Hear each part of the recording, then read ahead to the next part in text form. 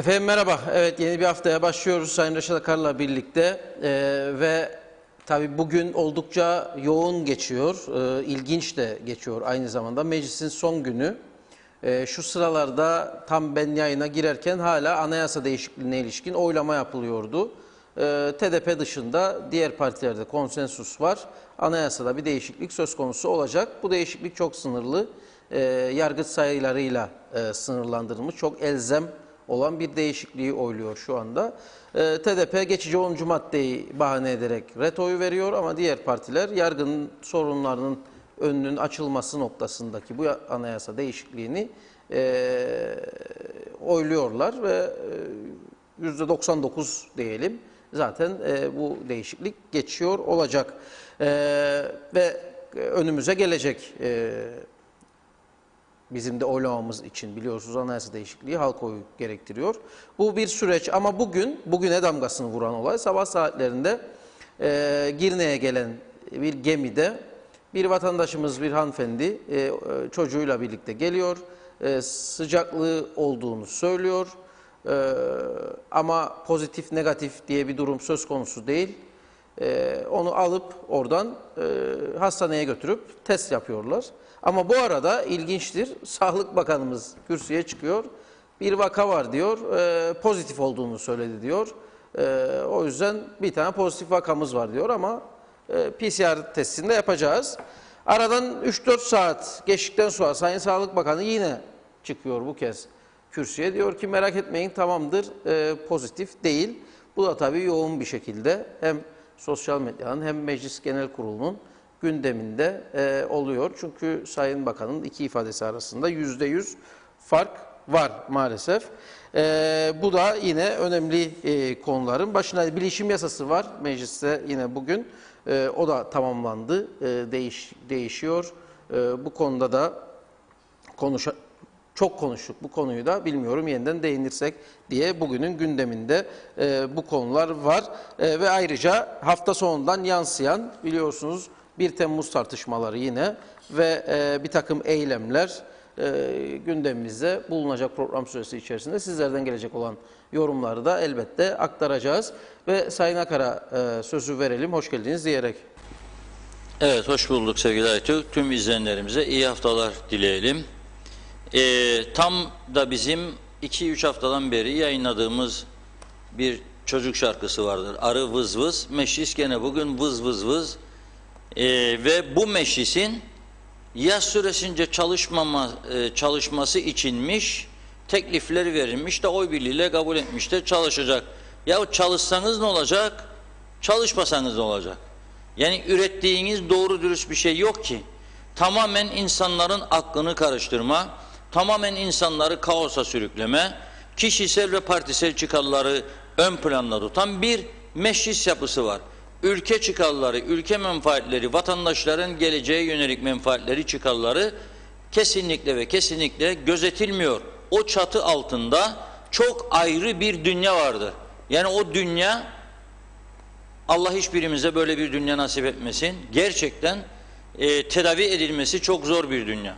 Sonra da dönüp birbirlerini istifaya çağırıyorlar. Aslında istifa etmesi gereken tümüdür. Bana göre, bir vatandaş Reşat Akar'a göre tümünün istifa etmesi lazım. Çünkü bu meclis bu ülkeye hizmet edebilecek bir meclis konumundan çoktan çıkmıştır ve gerçekten de ülkeye hizmet edemiyorlar. Şimdi esas tabii sorunun kökeni, tabii biz de vatandaşlar olarak etkileniyoruz ve etkilendik bu son 45 yılın iyi olmayan, özellikle de son 20-25 yılda gittikçe bozulan siyaset kültürünün toplum kültüründe çok önemli bir şekilde etkilediği ve hepimizin de yavaş yavaş bal yapmaz arıya döndüğümüzü bütün bu gelişmeler gösteriyor. Sabahleyin öğleye doğru mecliste bir toplantı oluyor ve bir deneyimli siyasetçimiz, eski bakanlar, ne bakanlıklardan gelip geçmiş siyasetçimiz bir duyum almış. Samimi söylerim, 3-4 tane isim verebilirim. Sağlık görevlisi de var işlerinde bugün bana gelen ihbarlar ve o kadar çok ihbar geliyor ki Mesela bir kişi de geçenlerde hayatını kaybetmiş. O da koronadan ölmüşmüş. Kim söyledi? İçeride çalışan bir arkadaşım diyor. Sonra soruşturuyoruz, öğreniyoruz başka bir hastalıktan öldü. Zaten istatistik olarak da açıklamak zorundadırlar. Eğer koronadan hayatını kaybeden varsa, nitekim başlangıçta 4 kişi açıklandı.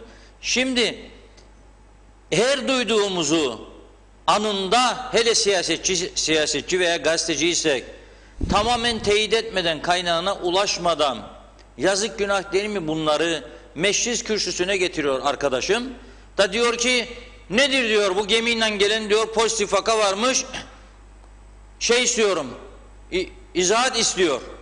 Sağlık Bakanı da soruyor, açıyor telefonu. Birisi ona diyor kiminle konuştuysa, efendim gelen yolculardan birinin ateşi vardı, pozitif vaka şüphesi vardı, hastaneye kaldırdık. O da diyor evet diyor, bir yolcu diyor pozitif vakası vardı da bilmem neydi. Tümünün istifa etmesi lazım. Böyle bir sorumsuzluk olamaz. Ve ne oldu? Ondan sonra sosyal medya zaten bahane bekliyor. Çünkü 1 Temmuz geliyor, 2 gün sonra. Bazı kesimler kesinlikle turizmin açılmasını istemiyor. Ülkenin batmasını seyrederek bundan zevk alanlar da vardır. Bir kesim biliyoruz. Belli zaten hangi siyasi partinin altında örgütlendikleri de belli. Kuzey Kıbrıs batsın, devlet olmasın, teslimiyet beyaz çarşafla bir tarafa yürüyelim.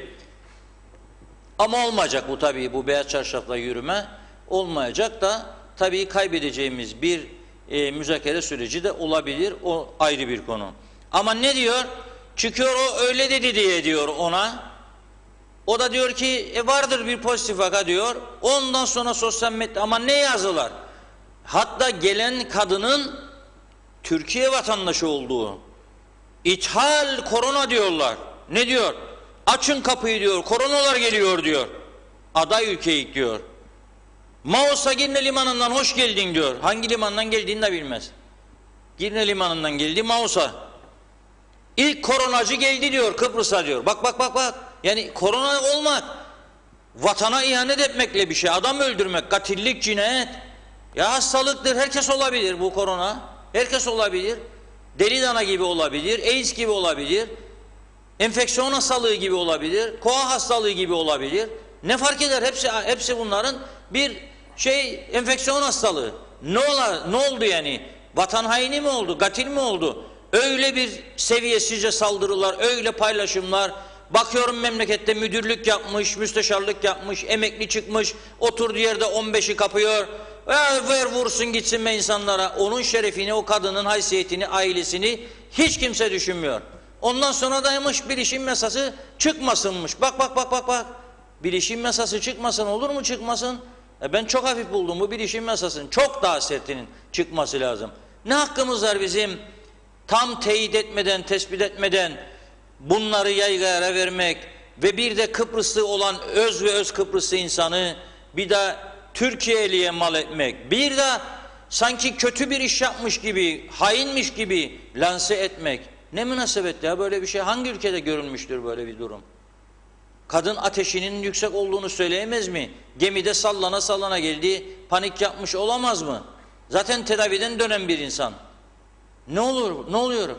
Ve sonra aynı Sağlık Bakanı PCR yaptırmış, sonuçları bekliyoruz diye bakanlık açıklama yapar. Sonra çıkar meclis kürsüsüne, da oradan der, arkadaşlar diyor ne garip çıktı diyor. Bu kadar büyük bir fiyasko olabilir mi? Soruyu soran da çıkar der, sabahtan ben sana sordum da diyor, sen deseydin araştıracak da paniğe vermeseydin olmaz mıydı diyor. Sen de sabahtan o soruyu meclis kürsüsünden büyük bir şey bulmuşsun gibi eline fırsat da dövme bahanesinden çıkacağına çekemez miydin? Sağlık Bakanı sorumlu bir siyasetçi olsaydın, ya gene eskisi gibi bir bakanlıkta olsaydın böyle mi yapacaktın? Değmez miydin kendisine? Böyle bir ihbar aldık biz, bunu bir teyit et de bize de bir bilgi ver. Değmez miydin? Herkes sorumsuzluk içerisinde ama başkasında sorumluluk aramakta. Dolayısıyla diyorum, sadece Ali Bey değildir bugünün suçlusu, tüm meclistir. Ya istifaya davet ettiler hükümeti, başka bir parti başkanı da çıktı, istifa edin dedi.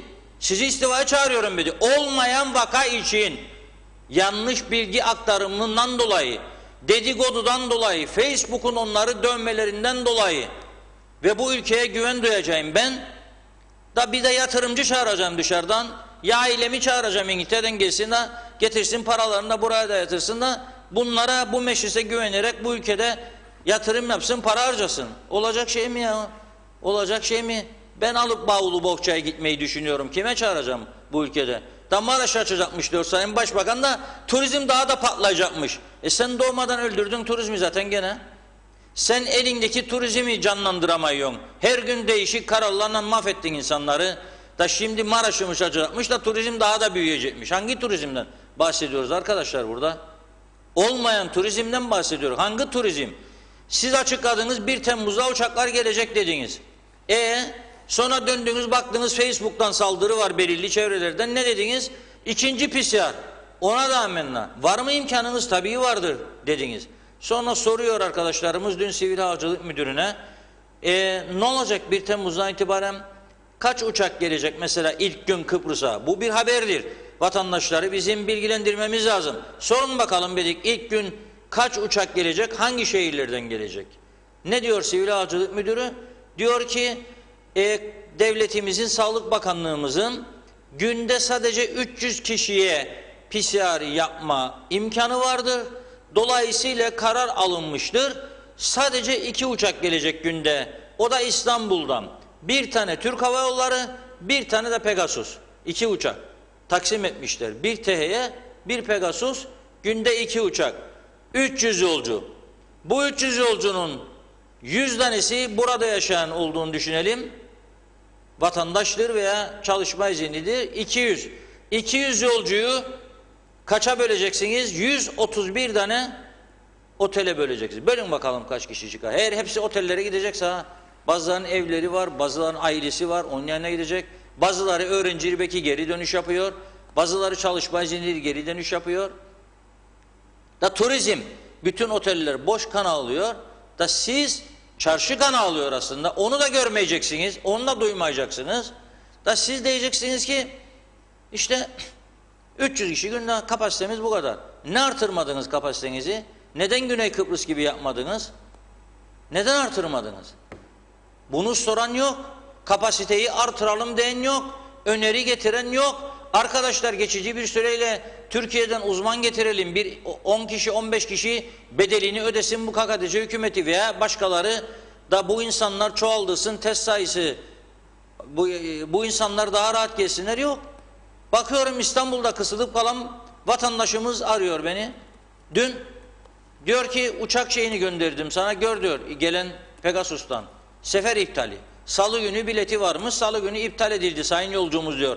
Ne gün geleceğini, gelebileceğini de yazmıyor. Tekrar diyor rezervasyonunuz için diyor herhangi bir ceza ödemeden rezervasyona başvurabilirsiniz. Ne demek bu ya? Böyle bir ekonomik hayat mı olur? Böyle bir yaşam mı olur? Bakın Sağlık Bakanı bir dinleyelim lütfen de daha iyi anlayalım. Sabah ne dedi? Öğleden sonra ne dedi? Bir yolcu gemide 19 yolcu var. Bir anne ve bir çocuk. Çocuk negatiftir, anne pozitif. Dolayısıyla bugün sabahleyin bu yolcuların bir tanesinin hafif bir ateşi var. Tespit ettik. Alınan sorgulamada bunun bir testinin pozitif olduğunu ifade etti. Kendi ifade etti. Evet dedi, pozitif dedi. Ya gerçekten bunu nasıl bildiğini bilmiyoruz. Şu anda biz de bilmiyoruz. Yani gemiye. Kendine pozitif olduğunu bile geldi. Ülkemize Girne Limanı'ndan giriş yapan kişinin koronavirüslü olduğuna yönelik haberler ve bu konuda yaptığı ilk konuşmada bunu doğrulayan Sağlık Bakanı Pilli öğleden sonra yeniden kürsüye çıktı ve bu kez sabah söylediğini değişti. Biraz önce yapmış olduğumuz açıklama Türkiye'den gelen bir yolcuda orada kendi ateş yüksek olması neticesinde kendi ifadesine göre orada yapılan testlerde pozitif olduğunu iddia etmişti. Biz de pozitif olabilir düşüncesiyle bunu karantinaya aldık çocuğuyla beraber ve şimdi biraz önce yapılan test sonuçlarının her ikisini hem çocukta hem annede negatif çıktığını kamuoyuna bildirmek istiyorum. Çünkü basında gerçekten işte Sağlık Bakanı pozitiftir falan demişti. Dolayısıyla buradan bir kez daha söylüyorum. Hem annede hem çocukta PCR testi negatif çıkmıştır. Pilli Meclis'te yeniden kürsüye geldi ve bu sabah Girne Limanı'ndan ülkeye giriş yapan anne ve çocuğun testlerinin negatif çıktığını açıkladı.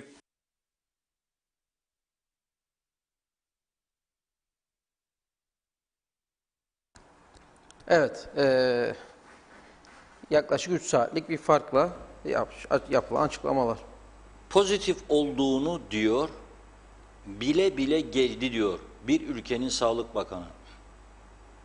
Ki kadın öyle bir şey de söylüyor. Kadın Sıcaklığım öyle bir var demiş. sıcaklığım var diyor. Kendi başvuruyor, bakın bana. Şimdi soruyorum bütün KKTC halkına. Sıcaklığınız olursa şu saatlerde veya bu gece veya yarın sabah uyandığınızda bu ülkenin hastanelerine gidip de kendinizi kontrol ettirir misiniz? Gittiğiniz anda meclis eğer toplantıdaysa da orada hastanedekilerden biri, şimdi biri geldi, hele de tanınmış biriyse, ateşi varmış olan galiba koronadır be Mustafa, be Ayşe, be Fatma dediği anda mecliste kürsülerde başlayacak kahramanlar konuşmaya. Bakın ama hem de bilimin kim gitmiş? O iş adamı gitmiş. O bilmem kim gitmiş, şarkıcı gitmiş. O bilmem kim gitmiş, eski siyasetçi gitmiş. Ne var? Korona. Allah, korona. Hadi bakalım, vatan haini. Vurun kelepçeye, basın kırbaçları, öldürün. Hangi insan gider ya bu ülkenin hastanesine da güvenecek, da diyecek ateşim vardır, bak kontrol et. Ateşin olması da bu sıcaklarda çok normal. Biraz sıcakla çıktı yürüdü, ateşi yükseldi. Eskisi gibi değil durumlar. Ne olacak?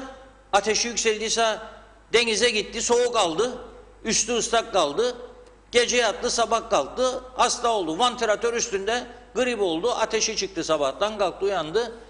Ne oldu? Gidemeyecek, kontrol etsin gene, gidemeyecek, gitmemesi lazım zaten. O zaman koronalı olduğunu nereden anlayacak?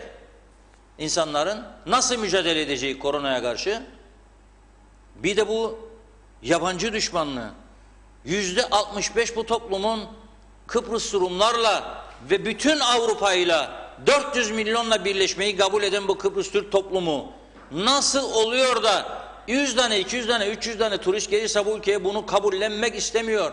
Sanki hepsi hastalıklı gelecek, hepsi bizi mahvedecek. Amanın, sarının, kapanın evlere, sarılın battaniyelere, çarşaflara, oturun oturduğunuz yerde. Ne yiyecek içeceksiniz ha? Aybaşı maaşı nereden alacaksınız? Şu anda bu hükümet aslında suç işliyor.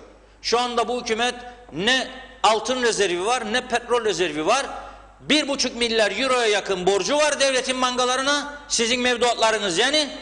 Hala daha borçlanma yapar. Aslında normal bir düzen olsa, demokratik düzen, bu ağır bir suçtur. Neye dayanarak sen borçlanıyorsun? Senin hiçbir verdiğin garanti yoktur. İyi dinleyin lütfen. Eğer bugün bankaya gidip siz kredi isterseniz sizden bir ipotek istemez mi banka? İster değil mi? Eviniz varsa evinizi, tarla varsa tarlayı, araba varsa arabayı alacağınız paraya göre. Devlet ipotek olarak ne veriyor? Devlet garantisiyle diyor bu kadar para alıyorum. Ne veriyorsun garanti olarak bankaya? Neyi veriyorsun? Devletinin neyi vardır? Altın rezervlerin var. Petrol mü var? Ne vardır sende? Hiçbir şey yoktur. Suyun bile yoktur. Bugün değerli manşeti bir ay sonra buradan çok uyardım. Arkadaşlarımız günü gününe, saati saatine ayarlıyorlar uyarı yaptığımız yayınları. Onlar önümüzdeki günlerde, günü geldiğinde, saati geldiğinde ekrana gelecek. Uyarıyoruz. Bu Cumhuriyet Meclisi eğer birazcık vicdan olsaydı bu arkadaşlarda, bu siyasilerde, eğer vatanlarını, insanlarını sevselerdi gerçekten, alırlardı bugün hiç çekinmeden, mahcup olmadan. Çünkü bazıları diyaloğu eline aldığında mahcup oluyorlar veya korkuyorlar, partilerinin gazetesi var. Ne aldın ya sen diyaloğu da bizim partimizin gazetesi dururken falan filan, etikçiler almazlar çıksınlar. Ama alırdın mertçe Diyalog Gazetesi'nin bugünkü ön sayfasını, 5 yıl sonra kuyular devrede. Evet, şu anda evin musluklarından akan suların bir kısmı kuyulardan çekilen, ne kadar kolibasili bakteri olduğunu bilmediğimiz veyahut da ne kadar tuzlanmış olduğunu bilmediğimiz, kanserojen olup olmadığını bilmediğimiz sular akıyor musluklardan şu anda. ve çok sevdiğimiz, korona olmasın diyerek titrediğimiz bebecikler, çocuklarımızı, yüzünü gözünü onunla yıkıyoruz. Dişler onunla fırçalanıyor. Saçlar onunla yıkanıyor, şampulanıyor. Vücutlar, giydiğimiz iç çamaşırlar, gömlekler, her şey bu sularla. Ve bir ay sonra KKTC'nin insanları elini yüzünü yıkayacak su bulamayacak hale gelmesi çok kuvvetli ihtimaldir. İhtimal dışı değildir. Çok kuvvetli ihtimaldir. Barajdaki su Tarım Bakanı'na göre 7 milyon metreküpe düşmüş. Geçen haftaki ölçümmüş bu. Bu kadar yüksek sıcakta 40 dereceye vardı sıcaklık. Buharlaşma da yaşanıyor ve su tüketimi de artıyor gittikçe insanların. Çünkü kış aylarında bazı insanlar 2 günde bir duş yaparmış. Ben gerçi her gün duş yaparım yaz kış, o ayrı. Ama yaz geldi mi 2 defa duş ihtiyacı hisseder insanlar. Bazen 3 defa. Çarşıya çıktı, geldi, terlediyse aşırı derecede duş yapacak. Hele genç evliler mecburdur. Kadın da adamın yanına, adam da kadının yanına temiz gidecek. Bu da bir boşanma sebebi olabilir. Sonra üstü başı kokarak giderse yanına ter kokusu içinde, değil mi? Peki bu tüketim de arttığına göre şimdi bu su ne kadar gidecek? İyi niyetli düşüncesine göre Tarım Bakanımızın Ağustos sonuna kadar bizi götürecekmiş. Ben de buradan daha önce söylediğim gibi tekrar söylüyorum. İnşallah Temmuz sonunu çıkarırız. Ama kuyular devrede, şimdiden devreye girmiş vaziyette. Çünkü onlar da görüyor sıkıntı yaşayacağımızı ama söyleyemiyorlar bunu. Anamur suyu ne zaman gelmeye başlayacak? Belli değil. Yeni borular üretilmiş Fıratben tarafından. Nerede? Anamur'da. O üretilen borular bitecek tabii üretim tam olarak. Sonra ayrı bir şirket onları deniz içerisinde monte edecek. Nereden başlayacak, nasıl yapacak? Biz bilemiyoruz tabii bunu. Olabilecek mi? Çünkü Ocak ayının ilk haftasında kopmuştu bu borular. Nasıl koptuysa 15 yıl garantisi vardı. 5. yılda koptu.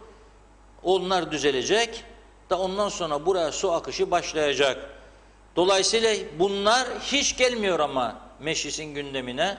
Hiç bunlar tartışılmıyor doğru dürüst kamuoyunda.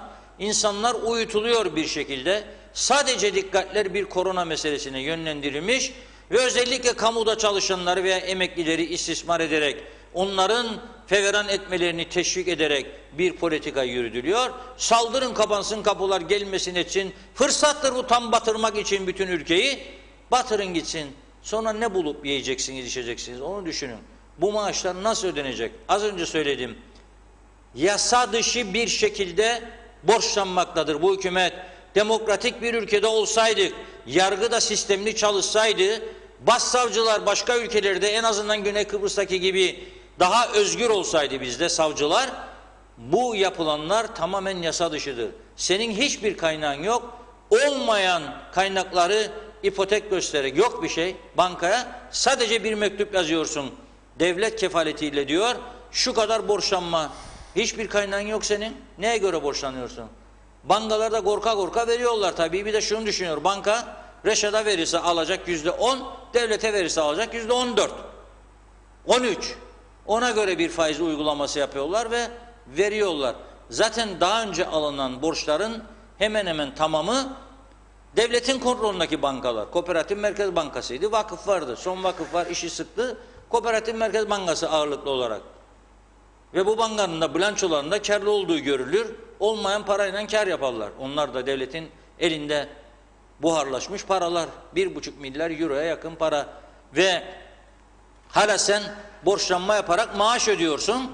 Ve çıkıp sen de halkına söylemiyorsun. Biz bu şekilde giderse ödeyemeyeceğiz. İçimiz rahat değil dedi Başbakan Yardımcısı. Rahat değilse cesaretle kapattım kapıları diyeceksin tamamen. Kapatın. Girelim hepimiz kapanalım içeriye. Ya açıldık dediğiniz an oldu. Bugün bir arkadaşım, bir meslektaşım aradı. Uzun yıllar yabancı basında görev yapmış. Bana dedi ki güneye geçmek isterim. Geçebilir miyim? Dedim güney kapısı açıldı. Ama dedim test yaptırman lazım. Korona testi. PCR. Tamam dedi, kapattı telefonu, teşekkür etti. Bir saat sonra aradı.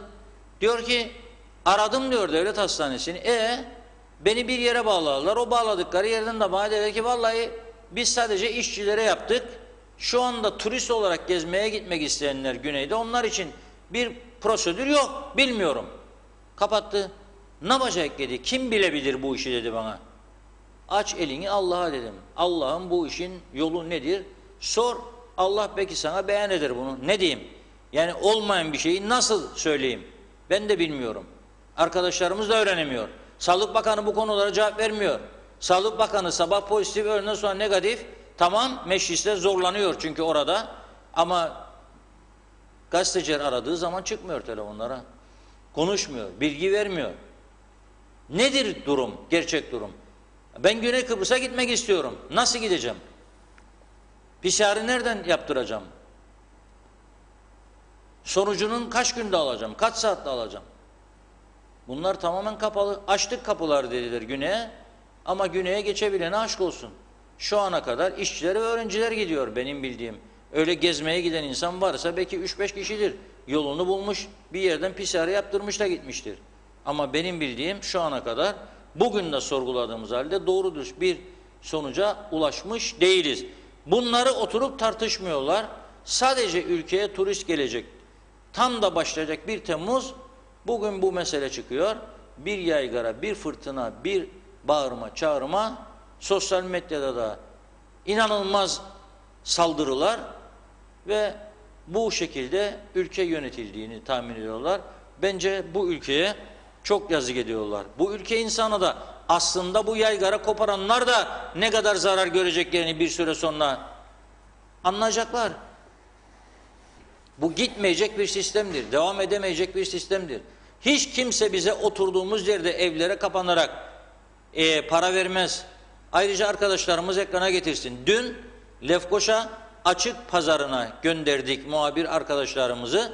Bugün o da var Diyalog Gazetesi'nin 1. sayfasında. Maskeli insan sayısı parmakla gösterilecek kadar azdı. Bakınız.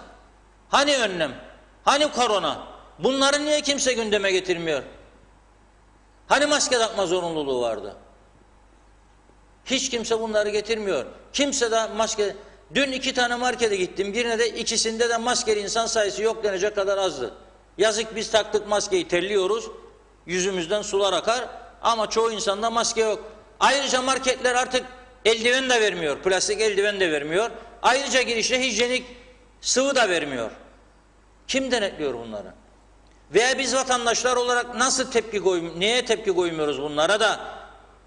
Eğer dıştan biri gelecek olduğunu duyduğumuz zaman da herkesi kendi vatandaşımız olanı da koronalı diye saldırarak üstüne ithal korona, ithal korona diye bugünleri de gördük. Hadi bakalım şimdi ne yapacaksınız? Yazık ya. Olacak şey değil. Gerçekten üzgünüm ben. Yani üzgünüm. Koronalı da çıkabilirdi. Pozitif de çıkabilirdi bu bayan. Hastanede çekilip tedavisini yapacaklardı. Zaten... Efendim pandemi hastanesi yokmuş. Ne sormadınız? Ne sormadınız 3 aydır pandemi hastanesinin için yok? 15 liste size söyledi, bana değil. 35 gün sonra pandemi hastanesi devrede diye. Size söyledi. Ne sormazsınız onu kendisine? Nerede diye 3 ay geçti daha. Başbakan geçen gün dedi ki 150 tane solunum cihazımız var, 200 de yatağımız var dedi. Varsa 200 yatak, 150 de solunum cihazın, ne korkacaksın? Yani eğer korona da varsa vardır. Hadi bu da var. Efendim 300 kişi vardı gemide, o 300 kişinin tümü de karantinaya alındı mı diyorlar. Sonra öğreniyoruz gemide 17 kişi varmış. 19. 19. 17. Bazısı da 15 diyor. Onu da bilmeyi tam olarak. Bakan 19 dedi Reşat Bey. Ben de paylaşımları gördüm. Gemicilik şirketiyle ilişkili olan bir arkadaşın, o da diyor ya 15'tir ya 17'dir diyor. Ya ondadır ya bunda, helvacının kızında. 15 oldu 17. 300 nereden çıktı? Ve o 300 kişinin tamamını şimdi diyor nereden bulacaksınız diyor, hepsi korona olduysa. Gümrük memurları diyor, pasaport memurları, bunları diyor, hepsini diyor geçirdiniz mi diyor karantinadan, testten. Götürün, kapatın, kilitleyin bunları cezaevinin içine. Orada da yer yok gerçi. Götürsünler AKM'nin içine. Kilitleyin, götürün oraya. 15 gün kapalı kalsınlar. 15 gün sabah öğlen akşam yemeklerine gırbaç. koronalı hasta vardı, ona işlem yaptılar.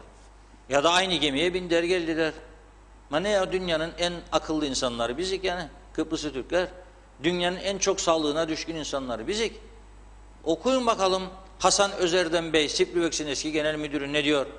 Karısı şeker hastası, hastaneye gittiğini de ona verilen ilacı bulamadığını, karısının ciddi kriz geçirdiğini, eğer diyor karıma diyor bir şey olursa sen nereye gideceksin Sağlık Bakanı diyor, elimden zor kurtulun diyor. Hastanelerde neler var? Ama hiçbirini gördüğümüz yok. Kanser patlaması, kalp, hiçbirini duyduğumuz yok, gördüğümüz yok. Her ailede kanser hastası var, kalp hastası var. Hiç duyduğumuz yok, gördüğümüz yok. Korona diyor bizi yok edecek. Toplum olarak bir acayip duruma geldik biz de. Ama kimdirse bu sorumlusu, işte bizi böyle yönlendiren siyasilerdir. Biri çıktı büyük bir şey yapmış gibi, iş yapmış gibi kahramanlık edasıyla pozitif vaka vardır dedi. Gemiden gelen yolcu ve ilk anda yayıldı. Bütün haberler Mausa'dan geldi. 300 kişi yandık. Allah hadi hoş geldin korona memleketimize. İthal korona da geldi. Hadi bakalım ha biz demediydik. Aha dediydik de oldu, gördünüz mü, haklı mısınız? En kültürlü bildiğim insanlardan bile böyle yorumlar. İnanamazsın. Kime dayanın? Ve bazıları da çok çok kültürlü olanlara, bir de üst düzey kültürlüler var. Onlar da alır böyle ilk paragrafta parantez içinde bir internet gazetesinin adını verir. Bak ha ben aldım ama ben bu internet gazetesini aldım. Yalan.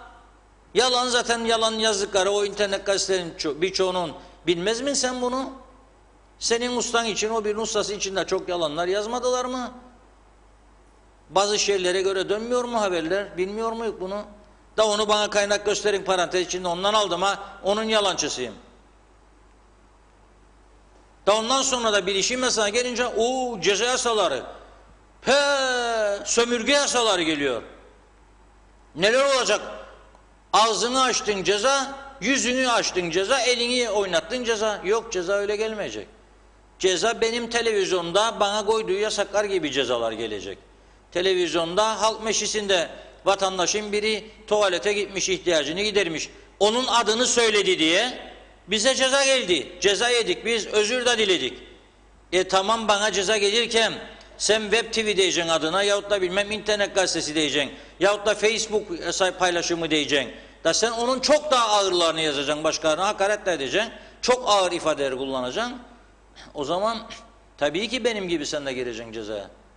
Tabii ki sen de sorumluluk taşıyacaksın. Tabii ki sen de Girne'den giren kadını Mausa'dan girmiş diye gösteremeyeceksin, yahut da koronalı diyemeyeceksin kendine. Olmayan bir şeyi. Ve sanki de korona suçmuş gibi onu itham altında bırakamayacaksın tabii ki. Tabii ki sen olmayan iddiaları, bir takım yalan yanlış, rüşvet yediğin halde senin rüşvetlerin içinde gömülü olduğun birinde halde başkalarını rüşvet yemekle veya dağıtmakla suçlayacaksın da sana sorulmayacak bunun hesabı. Tabii ki sorulacak. Tabii şimdi bu yasa geçti de bu geçerse eğer ülke düzelecek mi? O da ayrı bir soru. Mahkemelerde birinin ceza yasaları var da ülke düzeldi mi?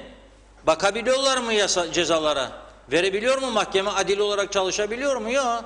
2 yıl, 3 yıl, 4 yıl, 8 yıl bekle babam bekle. Aynısı olacak. Ayrı bilişim mahkemeleri olmayacak. Olmaması için de çalışacaklar zaten. Çünkü bundan beslenen çevreler var.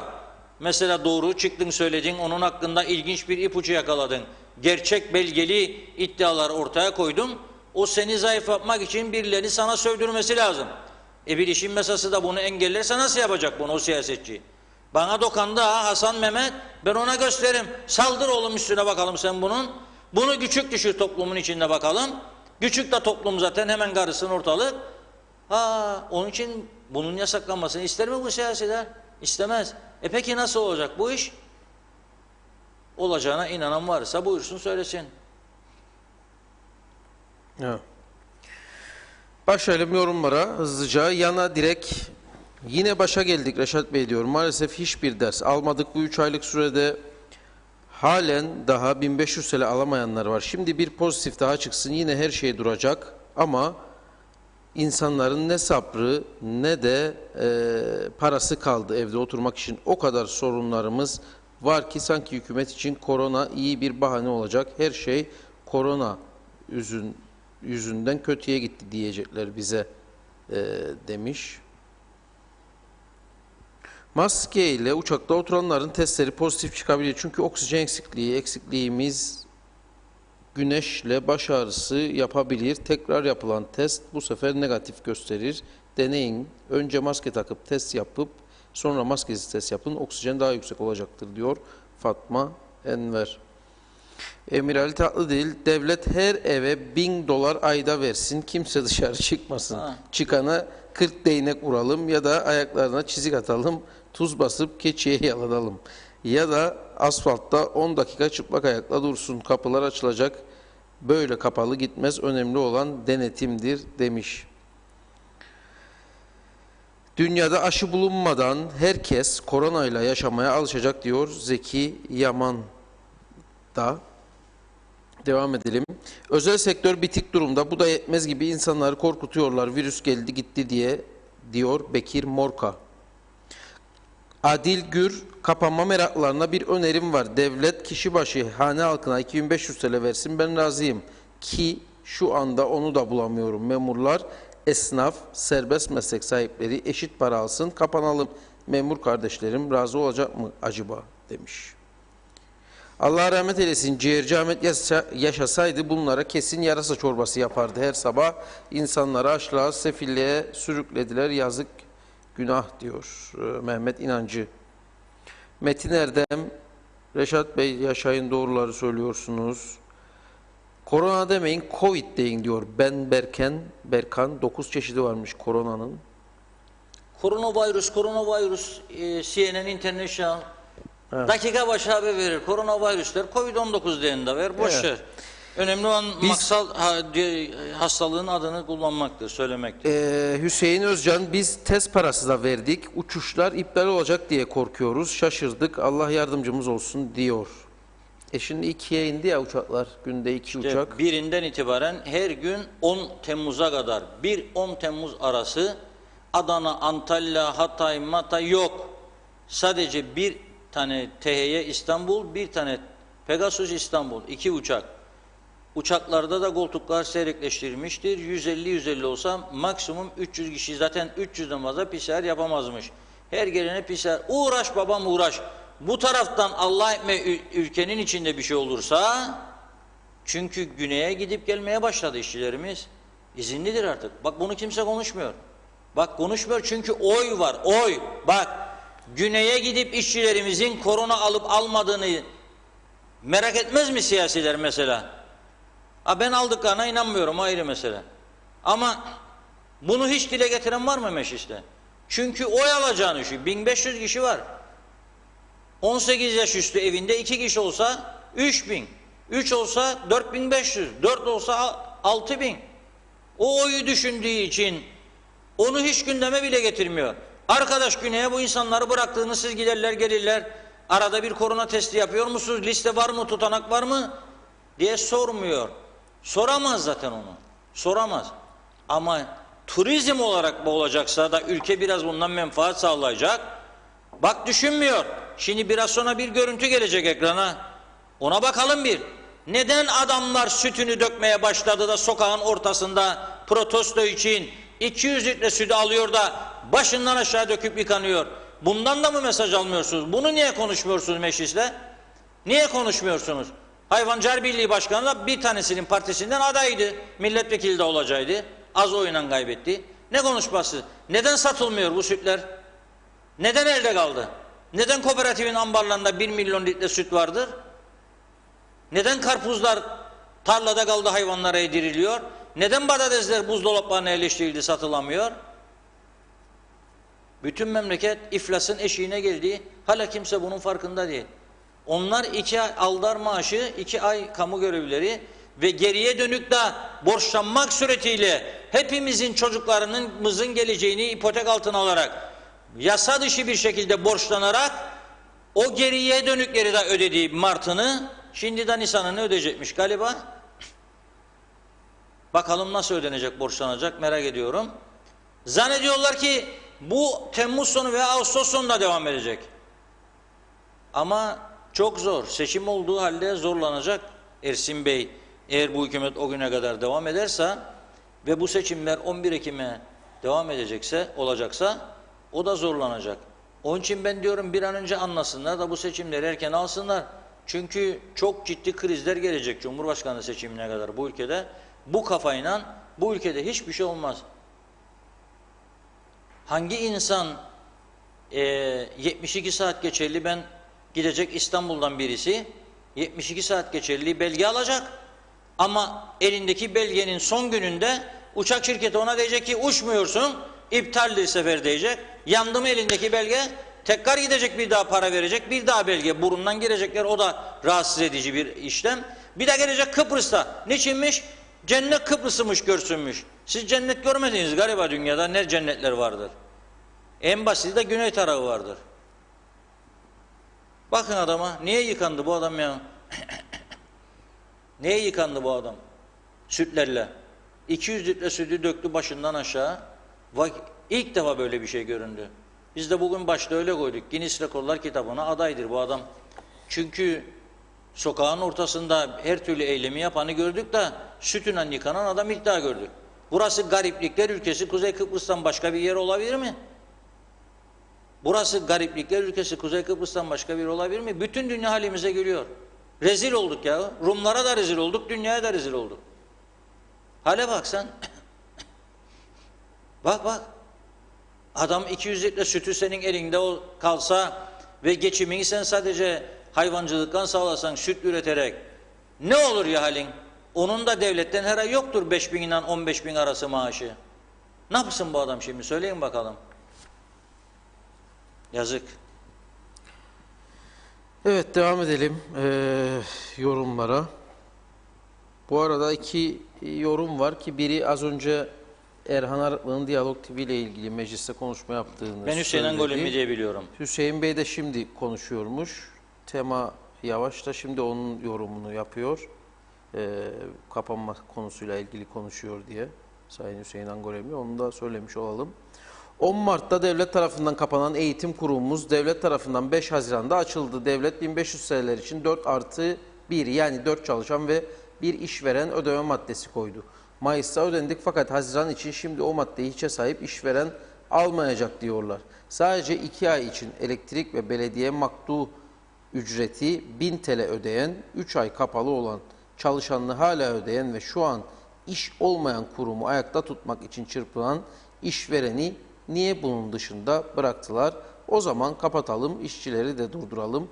Bu insanlık dışı bir karardır.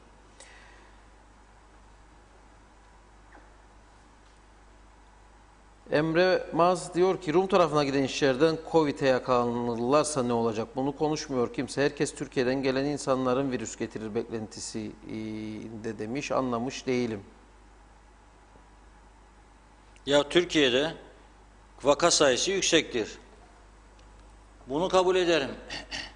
Önlem alınması gerekir mi? Gerekir, kabul ederim. Mutlaka alacak. Çünkü orada 85 milyon bir nüfus var. Zaten ama bu 85 milyonun 1 milyonu bile buraya gelecek değil ya. Buraya gelecek 5.000 kişi, 10.000 kişi, 20.000 kişi hadi. Çünkü orada da ciddi bir ekonomik açıdan gerileme var, fakirleşme var. Oradaki insanlar da işini kaybetmiş, binlerce, 10 binlerce, 100 binlerce insan var. Gelirleri azalmış. Seyahate çıkacak, kaç kişi seyahate çıkacak parası vardı. Uçak biletleri İstanbul'dan buraya sadece geliş 700'den 1200-1500 lira arası. Kolay değil ama çarkın dönmesi için bir miktar da turist olsa, az da olsa buraya gelme beklentisi vardır. Onlar da buraya gelirken sen ikinciyi PCR dedin, ona da insanlar razı oldu.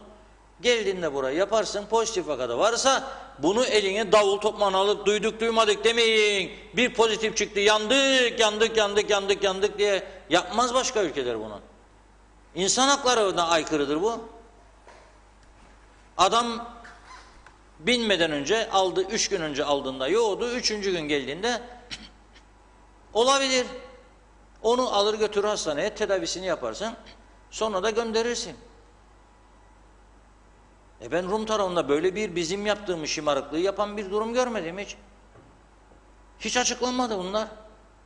Hayatını kaybettiği zaman bir hasta kaybetti dediler. Hiç duymadım böyle bir şey.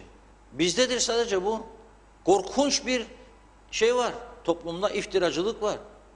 Yani Oturduğu yerde saldırıyorlar. Boş, iş yok, güç yok. Adamı 45-50 yaşında emekli çıkardın. Ne yapacak? Oturuyor, bakıyor, hadi ben de yazayım bir şey diyor, o da giriyor. Ama buna kim sebep oluyor? Sabah o konuşmaları yapanlar. Aranızda niye konuşmadınız? Madem ki hassas bir meseleydi bu, önce de tam sonucu alsın da varsaydı açıklarsınız. Derdiniz ki bugün gemi yolcularının bir tanesinde pozitif vaka çıktı. Panik yapacak bir durum yoktur. Kontrol altına alınmıştır. Olacak bu. Adamlar müzik eğlencesi sunacağım diyor. Pozitif vaka çıkarsa Kıbrıs'a gelen turistlere diyor. Kaldıkları yerlere diyor oyun ekibi götüreceğim diyor. Müzik ekibi götüreceğim. Şarkılar söylenecek, oyunlar oynanacak, sirtagiler oynanacak. Mutlu edecek kendilerini diyor. Bir o kültür var, bir de bu dövme kültürü var burada. Ve bu dövme kültürünün sorumlusu da baş sorumlusu kötü siyasettir. Evet, şimdi mecliste Sayın Angolimli bizi konuşuyor. Erhan Bey de konuşmuş. Onu bilmiyorum ama Angolimli'nin konuşmasından birkaç kelime gönderdiler. Sağ olsun.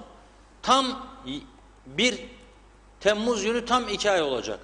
Diyalog TV kapalı. Bu kahramanlar, bu vatanını çok sevenler, bu basın özgürlüğüne düşkün olduğunu söyleyenler de bilişim yasasına da karşı çıkan arkadaşlar. Size sorarım. Neredesiniz ya 2 aydır siz? Sizin bu ülkenizin bağrından çıkmış, bizim gibi hayatını, bu gazetecilik mesleğine adamış, gece gündüz hafta 7 yıl 365 gün çalışan insanların içinde olduğu, onların çalıştığı bir kurum tamamen haksız bir şekilde kapatılıyor ve senin memleketinde bize lisans veren Yayın Yüksek Kurulu'nun bile haberi olmadan kapatılıyor. Kaç gün, kaç saat bize sahip çıktınız? Kaç defa bizi konuştunuz acaba? Yüreğiniz hiç mi sızlamıyor sizin? Bu mudur sizin basın özgürlüğüne verdiğiniz önem? Bu mudur sizin demokratik anlayışınız? Çok üzücü. Gerçekten çok üzücü. İktidar deseniz bunun için istifade edilebilirdi. Hayatım boyunca da taşırdım bu UBP'yle HEP'lileri. Hayatım boyunca her gün birini sırtımda taşırdım. Alem İbret için olsun, Ortaköy'den Girne kapısına kadar herkes görsün. Bir gün Ersin Bey'i omzuma alırdım, bir gün Kudret Bey'i alırdım. Bir gün Ayşegül Hanım'ı alırdım, bir gün başka birini alırdım. Nerede cesaret ama? Ne çıkmadınız değilsiniz biz kabul etmeyik böyle bir şey ülkemiz için. Bizim bu kadar yayın kurallarına uyan, en az ceza almış, en az uyarı almış bir yayın kuruluşumuzu kapatıyorsunuz. Bu doğru değildir. Yani şimdi bazı şeyler söyleyeceğim, abartı gibi gelecek ama Çiğdem Aydın oradadır. Biraz önce hasta yatağından bir yaşlı kadının videosunu gönderdi bana. Diyalog TV'yi göremediğim için diyor, ağlıyorum diyor. Ağlıyor orada. Bu daha 2. aydır hep böyle. İlk günlerde çok daha fazlaydı. Böyle gelen mesajlar bize, videolar, fotoğraflar. Halen devam ediyor bu. İnsanlar üzülüyor. Diyalog TV'ye değil halka ceza verildi. Kıbrıs Türk halkı cezalandırıldı. Ama siz orada bizi temsil eden siyasiler ve iktidar özellikle bize sahip çıkmadınız. Sahip çıkmadınız bize. Kimsenin inanmadığı gerekçelerin arkasına saklanarak bizi Türkiye kapattı. Sizi dediniz bize. Türkiye bizi niye kapatsın? Türkiye buradan ne gitti? Ne talepler gitti? Ya bunlar günü geldiğinde ortaya çıkacak tabii. Ama şunu söyleyeyim. Beklenti içerisindeyiz. Yargıya başvurduk. Adaletin tecelli etmesini bekliyoruz. Herhalde edecektir diye inanıyoruz. Etti, etmedi. Herhalde izleyeceğimiz başka yöntemler de var. Başka şekilde yine biz evlerde olacağız. Ama dediğim gibi bizi de çok üzdü, çok yaraladı bu siyasetin bugünkü tavrı. Ve üstelik ülkenin başbakanının kendi televizyonu var. Düşünebilir misiniz? O televizyonda yönelik ne eleştirileri var? Türkiye'ye yönelik ne sözler söyleniyor? Veya KKTC yönetimine yönelik. Senin televizyonunun bunları yapma hakkı var ama benim burada sana gerçekleri söyleme hakkım yok. Ben burada gerçekleri söylediğim zaman seni, hükümetini eleştirmiş oluyorum, sana zarar vermiş oluyorum diyorsun. Demokrasi anlayışın varsa buna da tahammül edeceksin. Seni eleştirdiğim gibi muhalefeti de eleştiriyorum. Üstelik de boş eleştiri yapmıyorum.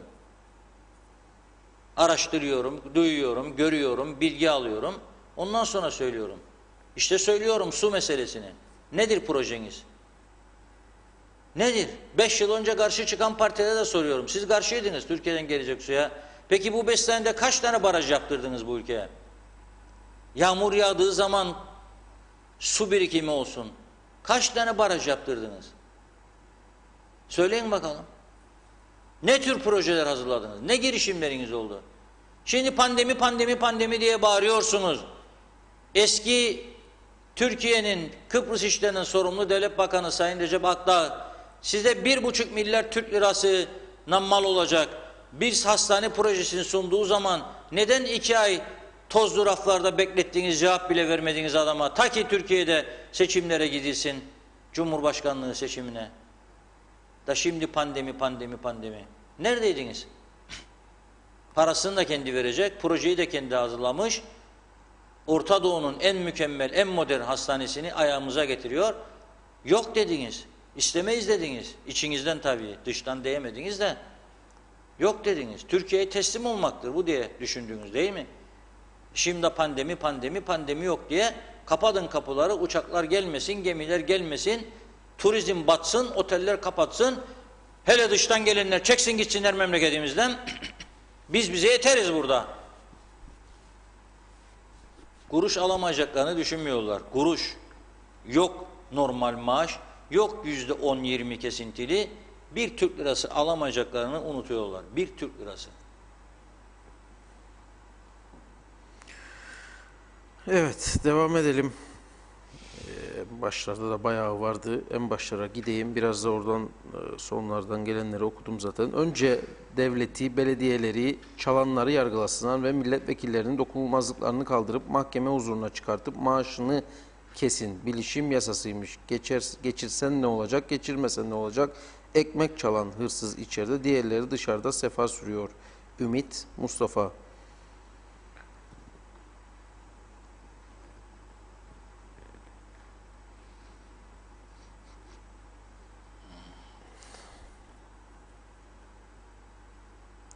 Denize düşen yılana sarılır, Başbakan Tatar da hayaller kuruyor demiş Ulus Barani. Ben İngiltere'den geleceğim, Türkiye'de uçak değişeceğim, Türkiye vatandaşları ile aynı uçağa bineceğim, Kıbrıs'a ineceğim, onlar elini kolunu sallayarak tatiline gidecek ama ben 14 gün karantinada kalacağım. Yanlış mı anladım? Yani uçakta virüs bulaşma sıkıntısı yok diye soruyor Abdullah Turfan. Londra'dan selamlar diyor Safiye Hüseyin. Yazıktır, günahtır. Bir tek Kıbrıs'taki insanlardır bu kadar insanları yargılayan. Yine yazıyorum. Ey ehali, bu virüsü nezle gibi, grip gibi düşünmelisiniz demiş.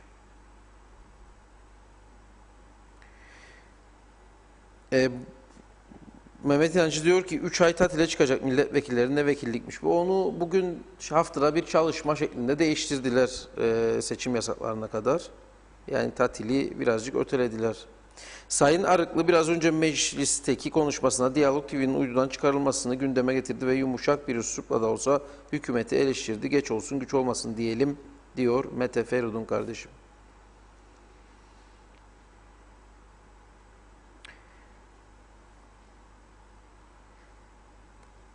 Hülya Sarıçam sanki elinde testi yok muydu ifadeyle milleti korkutuyorsunuz. Aylardır evine dönmek isteyen insanların ümitleriyle oynamayın diyor Hülya Hanım.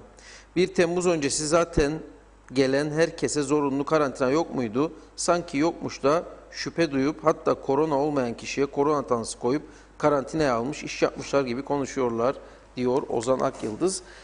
İşte o panik korku havası böyle, yani şu an gelenlerin hepsi zaten karantinada 1 Temmuz'a kadar o uygulama devam ediyor. Yani eğer bir şey de olmuş olsaydı, hiç olmasın tabii ama olmuş da olsaydı zaten bir sıkıntı yoktu. Karantinaya gidecekti gelenlerin tümü.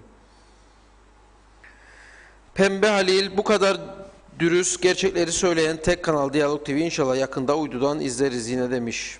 Meclisin haline bugün bir kez daha üzüntü duydum. Konuşmacı çıkıyor köy kahvesine bile böyle ses çıkmaz arkadaşlar, selfie çekiyor. Milletvekilleri nerede? 15 kişiyi geçmiyor oturanlar.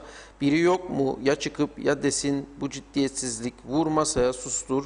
Biz dinlerken hiçbir şey anlamıyoruz. Zühre Konti Zort. Yunus Bey de diyor ki turizmde çalışıyorum. Bu ay sonu banka taksitleri geliyor. Nasıl ödeyeceğiz diye kara kara düşünüyorum. Değer Gabin, baştakilerden ne köy olur ne kasaba, Allah'a kaldı işimiz diyor. Bünyamin Önen, Reşat Bey sizi sevmezdim ama şimdi doğruları söylesiniz vallahi helal demiş. PCR testleri durdurulsun maskeyle, bunu okumuştum Fatma Enver, evet tekrar etmeyelim. Ben şeye çıkmadım ya, görücüye de beni sevsin sevmesin. bir cez güzel bayan bulsun, onu sevsin, beni ne yapacak? Hasan Nihat Erdoğan demiş ki kaç yıldır Türkiye suyu kullanıyoruz. Son 2 kış yağışlar iyiydi ve aküferler doldu. Kuyular da devrededir. Halen sıkıntı olmayacak eminim. Türkiye'ye güvenirim ben. Bu ilk projedir. Bu şekilde askıda denizden su nakli demiş. Yani suda sıkıntı olmaz diyor Hasan abimiz. Ne olmazmış? Yani aküferler doldu diyor. Hangi aküveri oldu? Yeraltı aküferleri. Kaç tanesine Çünkü gitti ölçtü? kaç yıldır zaten Türkiye'den gelen suyu Ne gitti kullanıyoruz. ölçtü? Gitsin söylesin bakayım, nereden ölçtü? Ya, bilmiyorum onu. Denizden gelir güzel urdun suyu, kaç zamandır denizin dibini çekerler. Şu anda da denizin dibini çekiyor. Hangi aküferi doldu?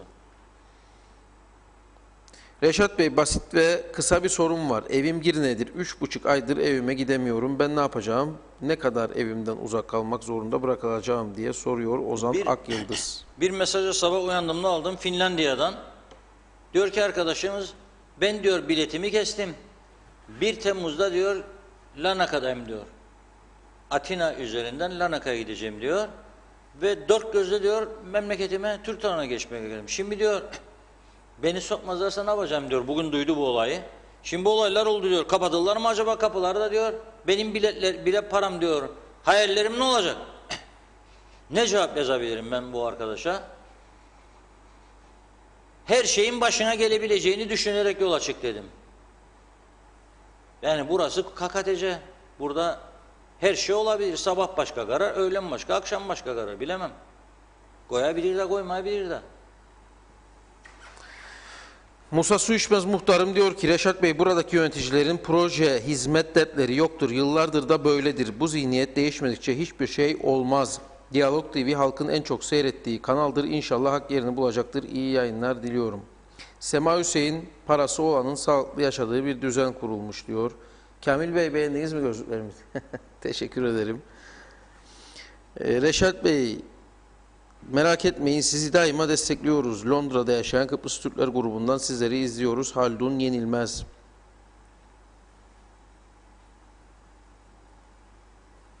Serkan Atayler, Diyalog TV her yaştan, her kesim tarafından özleniyor. İnanmayacaksınız her gün sizi Londra'da izledikten sonra Kıbrıs'a telefon açıp anneme sizin programın özetini yapıyorum, anlatıyorum. Annem 4 gözle Diyalog TV'nin açılmasını bekliyor demiş.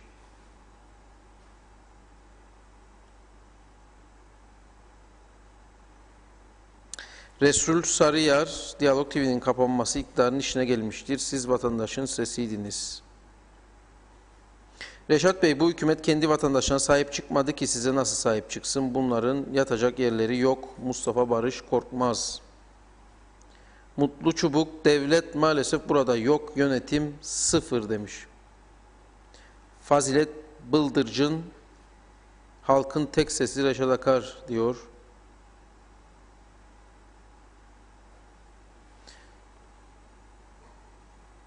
Türkiye'de günde 50.000 test yapılıyor. Bizimkiler testimiz yok. 2 uçak ancak gelsin derler. Türkiye'den test isteseler vermez mi diye soruyor Ali Kemal Sezer.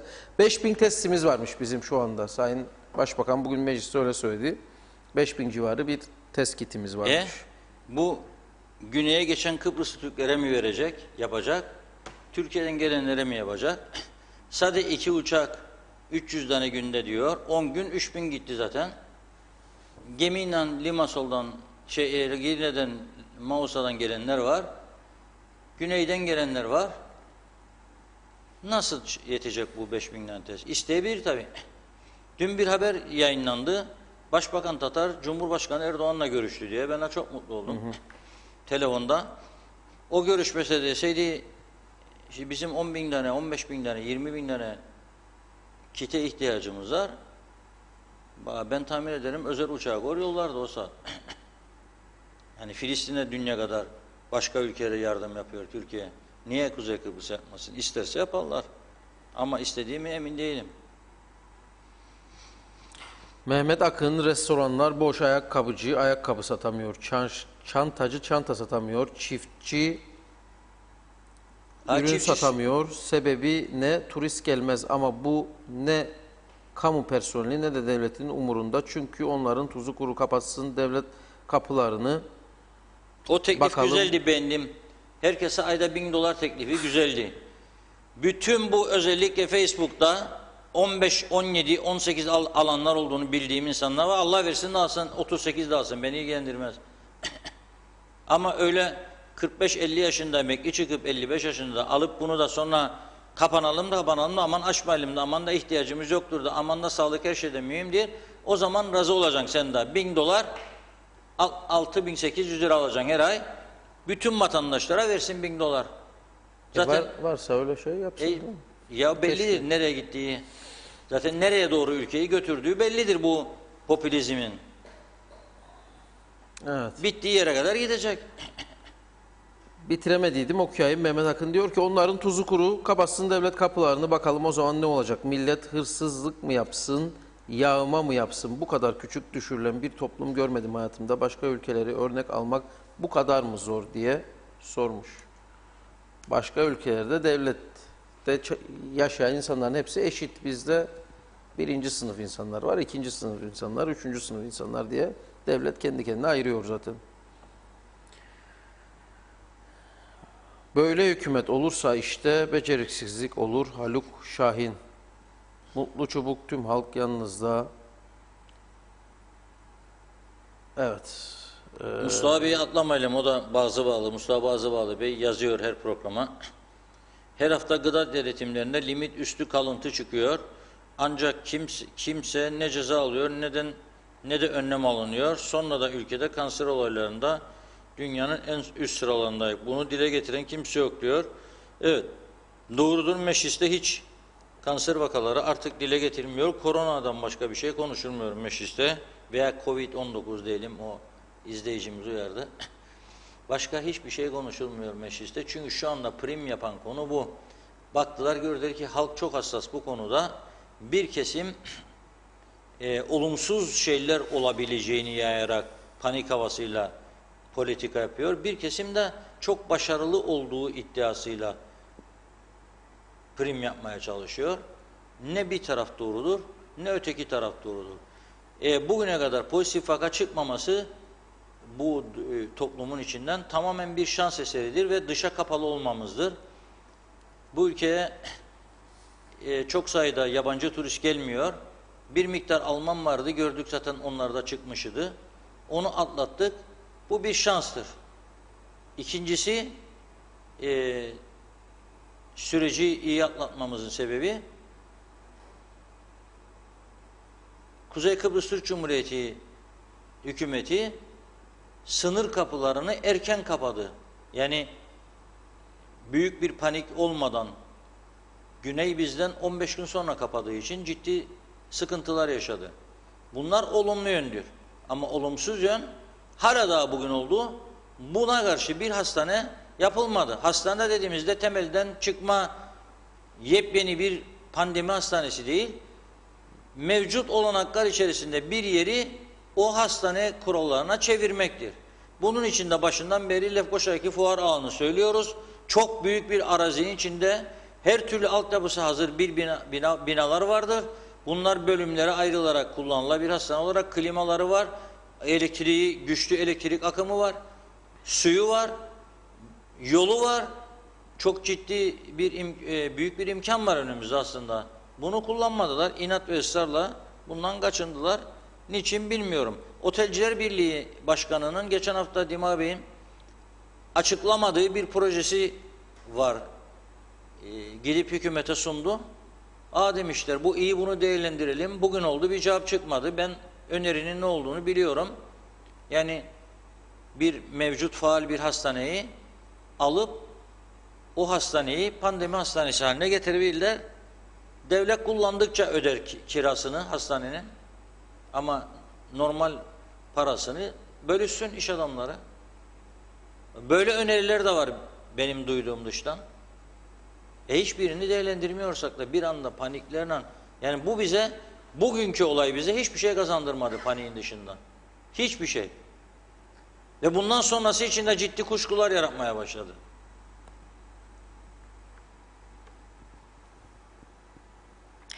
Dünyada hangi ülkenin bir sağlık bakanı 2 saatte karar değiştirir? Böyle bir maskaralık nerede vardır? Reşat Bey, hükümet açıklama yaptı. 4000 adet PCR testi elinde varmış. Ayıp diyor Engin Karagöz. 10 gün bile gitmez işte. 100.000 tane PCR testi alamayacak kadar aciz miyiz? Süt değil her şey dökülecek, yazıklar olsun diyor. Uçakların yarısı da askerlere tahsis olunmuş demiş Bülent Şahin. Askerler geldi, yani onlar gemiyle geldi. Zaten değişim dönemiydi. 320 kişi geliyor zaten, kaçı kaçına bölünecek uçakla. Sağlık Bakanı meclise yaptığı bir açıklamada 300 PCR testlerinin yakın zamanda Ercan Havaalanı'na laboratuvar kurup 3000 teste çıkarılacağı yönündeydi. Bu daha önce düşünülemez miydi diye soruyor Sercan Öznisan. Ya pandemi hastanesi de 35 günde kurulacaktı. 3 ay geçti. Yani dilin kemiği yok söylüyor bakan ama icraat yoktur. Hastalıktan uzak durulsun, hastaneye ihtiyaç duyulmaz diyor Sayer Aker. Ama işte hastanesizde olmuyor. Diyorum işte maske. Yalnız biraz önce bir arkadaştan bir haber aldım. Diyor ki ilk defa diyor çıkarma plajının orada diyor polis sağ ve sol şeritte araç kontrolü yapıyordu diyor ve durduruyordu diyor ve maske soruyordu diyor. Ona da sormuş. Arabanın içinde maskeye ne gerek var? İşte, dışarıdakini kontrol etmek lazım. Esas dışarıdakini tabii. Biraz önce o belediye pazarı, Lefkoşa'daki açık pazarın görüntülerini bir daha getirelim de. Bak dün girdiğim 2 markette Girne bölgesinde, ikisinde de %10 ancak maskeli insan gördüm. Plastik eldiven vermiyorlar. Hijyen sıvı kaldırmışlar. Yok. Ve bunlar iyi, güçlü, iyi para yapan marketler. Yok. Arkadaşlarımız Lefkoşa açık pazara gittiler. Aha görüntüler ortada. Maskeli insan yok denecek kadar az. Ve yakın temas herkes. Bak iç içe. Herkes birbirinden iç içe. Hani bunun maskesi? Nerede?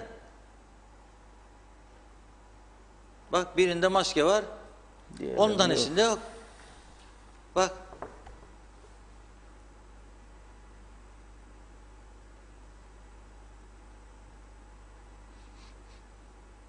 Durum bu.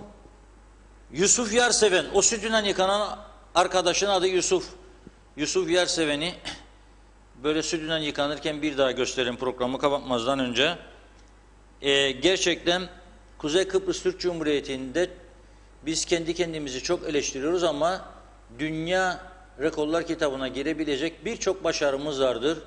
Bu başarılara en üst sırasına bunu yerleştiriyorum şimdilik. Yusuf Yarseven Guinness Rekorlar Kitabı'na girmeye adaydır. Böylelikle tanınmamış Kuzey Kıbrıs Türk Cumhuriyeti'nin tanıtımda büyük bir başarı sağlayacaktır. Milyonlar versek yapamazdık bunu. Ama bu sayede yapabiliyoruz. Yolun ortasıdır burası. Bak bak bak bak. Çok güzel. 200 litre süt. Yetkililere bir şeyler söylüyor oradan, biliyorsunuz, mesaj veriyor.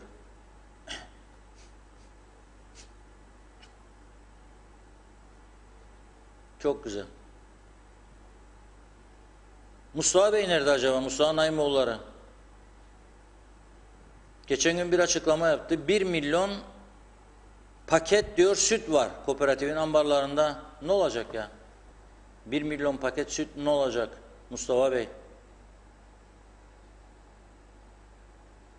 Bari fiyatları düşürsünler de insanlar süt alamayacak durumda. Çok insanımız var artık evine, çocuklarına. Bari insanlar hiç olmazsa süt alırlar. Evet. Yani bunlar üzücü görüntüler. Umarım biraz toparlarız kendimizi. 2 farklı yorum okuyup vereyim size sözü de sonlara geliyoruz zaten. Mesela Hasan Nihat Erdoğan diyor ki hangi market, eczane, kasap, petrol istasyonu çalışmıyor? Tüm müteahhitler, meyhaneler full çekiyor. Bir de ambargosuz olsak düşün demiş ama Emir Ali Tatlil de diyor ki her gün alışveriş yapan bir kişi olarak Ekonomik sıkıntının başladığı marketlerden belli. Marketlerde zorunlu ihtiyaçlar dışında çok bir yoğunluk yok. Bugün büyük bir markette yarım saat durdum. Tam 21 kişi vardı ve çoğu ekmek, kola, yoğurt gibi şeyler aldı demiş. Maske takmayana ceza gelsin. İsmail Kerçin var cezası normalde zaten de ceza kesen yok şu anda. O yüzden. Yoksa var. Bu arada sütün dökülmesiyle ilgili yorumlar vardı. Onları bulamadım ama kimileri ucuza verirsin o zaman diyen vardı. Veriyor. Bir başka yorumda evde satılabilir Türkiye'de olduğu gibi diyen vardı. Onlar da şimdi aklıma geldi. Bakın Ahmet Naci Tiftikçi de sütün fiyatını düşürsünler. Süt çok pahalı diyor. Sütün pahalı olmasının sebebi kooperatif sütçülükte ihtiyacın çok çok üzerinde personel istihdamı, maliyetlerin yüksek olmasıdır. Kooperatif zaman orası da siyaset altında, siyasetin denetimi altında. Her iktidar değişinde adam alıyorlar. Her iktidar değişinde adam alıyorlar. Maliyetler yükseliyor. Yoksa hayvancının cebine çok para girdiğini sanmıyorum. Benim bildiğim 2,5 Türk lirası galiba litresi, hayvancıdan aldıkları sütün litresi. Ama dışarıda 4,5'a 5'e satıyorlar. 6,8 şeyin kooperatifi. Normal arkadaşlar. Bir daha istihdam yapsınlar, 10 lira olsun. Siz Sorun maske diyorsunuz ama bir zahmet edin de meclisi izleyin. Bizlere maske takın diyen vekiller mecliste maskesizdirler. Demiş Ulus Bey de. Evet. Süt arıyoruz evde. Hellim yoğurt yapalım. 10 TL kilosunu istiyorlar. Nerede bu hükümet? Vedia Tanseloğlu bu yorumu yapmış. İşte bir şekilde biri çok elde var diyor. Biri bulamıyorum diyor. Demek Ne, ki süt mü? Evet. 10 TL diyor. Süt arıyorum diyor. Evde hellim yoğurt yapayım. Vedia Hanım 10 TL kilosuna istiyorlar diyor. Yerini bilmiyor daha önce. Musa Naimoğlu'nu arasın sorsun. Hayvancılar Birliği'nde gayetli listeler var. Kimde süt var, kimde yok. Listesi. Süt kurumunu arayabilir. Fiyat pahalı. 10 TL olunca 10 pahalı TL demek zannetmem istiyor. yani öyle bir şey. Kilosu Litresi. Litresi. 6 lira kooperatif sütü nasıl? 10 lira. Mümkün değil. Herhalde bu keçi sütü olsa gerek. Bir yanlışlık Bilmiyorum var orada. bu işte. Evet, yanlışlık var. Hellim'de tabii helal olsun 60 lira. Eski hellimi unuttuk artık yani. Plastik gibi hellimler mangala koyduğun zaman eriyor. Afiyetle yiyoruz. 60 lira. Evet. Sağlıklı ürünler Mustafa Bey'in söylediği gibi gidiyor. Mesela hallesasını Cuma günü konuşmuştuk. Ama mesela olmadığı için bizde ne oluyor? Doğrudan marketlere sevkiyat yapılıyor toptancılardan. Marketlere sevkiyat yapıldıktan sonra haftanın belirli bir gününde gidip örnek alıyorlar 3-5 yerden. O aldıkları örnekler içinde kalıntı olan varsa onları satışını durduruyorlar. Ama aslında bakalım kaç bin kilo da satılmıştır onun öncesinde. Dolayısıyla bu hal yasası da çok önemli. Ama bakıyorum ben meclisi tatile sokmayalım dedik herhalde. Bugün sabahtan akşam üzeri 4'e kadar programa girinceye kadar biz sadece ağırlıklı olarak koronayı konuştular. Bir de anayasa. Başka bir şey yok. Hani anayasadan işte sivil ve askeri maddeleri daha çok ele alındı. Ve işte gün gitti gene. Halbuki bu yasalar çok önemli. Bu yasalar çok önemli. Bu sağlık sorununu biz sadece korona endeksleyemeyiz ki. Yani en ciddi sorunlarımızdan birisi kanser hastalıklarıdır. Son yıllarda gittikçe de sayısı artmaktadır. Ve buna karşı da aldığımız ciddi bir önlem de yoktur. Yoktur. Yani sular yıllarca asbestli borulardan geçen, patlamış borulardan geçen suları kullandık. Tuzlu sular, aküferiler dolmuş. Neyi doldu aküferiler? Güzelyurt'ta denizden çekilen suyu verdiler insanlara. Narenciye bahçeleri kurudu. Bu yüzden de son Anamur'dan gelen su kurtardı bahçeleri. Bir miktar o da. Bir miktar. Yani durum hiç de iç açıcı değildir. İnşallah da öyle olur ama. Yani ben susuz kalmasını, ülkemin, insanlarımın, kendimin de susuz kalmasını istemem. Ama barajın fotoğrafı var bugünkü Diyalog Gazetesi'nde. Oraya bizzat gidip bu fotoğrafı çeken insan diyor ki su artık dibini gördü. Bölge insanları öyle söylüyor. Ama biz dedikoduyu değil yahut da birinin gözlemlediğini değil, bakanın söylediklerini verdik. Güvenmek istiyoruz bize söylediğine. 7 milyon metreküp su vardı geçen hafta itibarıyla diyor. Ve Ağustos sonuna kadar yetecek diyor. Ağustos sonuna kadar geldi anamur suyu gelmezse iş takviye olsun diye şimdiden kuyuları da başlattık. Bu hafta içinde, yani bugün içine girdiğimiz hafta içerisinde de artıracağız kuyu suyu vermesini diyor şebekeye. Yani daha çok kuyu sulu ile anamur suyunun karışımı musluklardan akacak önümüzdeki günlerde. Evet, peki.